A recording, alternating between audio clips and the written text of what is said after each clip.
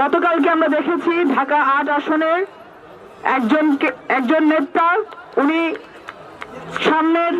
সামনের নির্বাচনে 2026 সালের ফেব্রুয়ারিতে যে নির্বাচন অনুষ্ঠিত হবে সেই নির্বাচনের একজন প্রার্থী যিনি বাংলাদেশকে রিপ্রেজেন্ট করেন, যিনি জুলাই অভ্যুত্থানের একজন অগ্রদূত ছিলেন, সৈনিক ছিলেন, আমাদের ছোট ভাই হাদির উপরে বর্বরোচিত হামলা করা হয়েছে, গুলি করা হয়েছে। এর আগে চট্টগ্রাম ৮ আসনে জনাব এরশাদুল্লাহর উপরে বর্বরোচিত হামলা চালানো হয়েছে।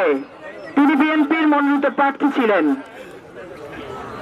আমরা যেখানে আজকে দাঁড়িয়ে আছি, বিগত 17 বছরের স্বৈরশাসন মাফিয়াতন্ত্রের বিরুদ্ধে আমরা লড়াই করেছি 17টি বছর।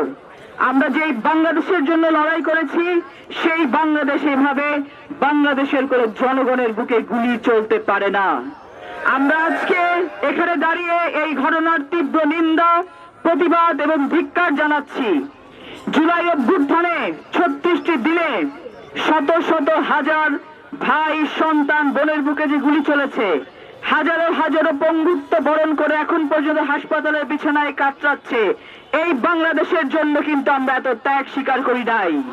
বিগত 17 বছরের পুঞ্জীভূত ক্ষোভ, বিগত 17 বছরে যত ক্রসফায়ার হয়েছে, যত গুম হয়েছে, যত হামলা হয়েছে, মামলা হয়েছে, ওই সকল কিছুর জবাব হিসেবে জুলাই অভ্যুত্থান সংগঠিত হয়েছে এবং 5ই আগস্ট বাংলাদেশে এসেছে। সেই বাংলাদেশে মাফিয়াতন্ত্রের পতন হয়েছে, সেই বাংলাদেশে স্বৈরশাসকের পতন হয়েছে, কিন্তু বাংলাদেশে কিন্তু গণতন্ত্রের যাত্রা এখন পর্যন্ত শুরু হয় নাই। আমরা সেই 5ই আগস্টের পর থেকে দেখেছি একটি গোষ্ঠী বাংলাদেশে আবার বাংলাদেশকে অস্থির করার জন্য পায়তারা শুরু করেছেন।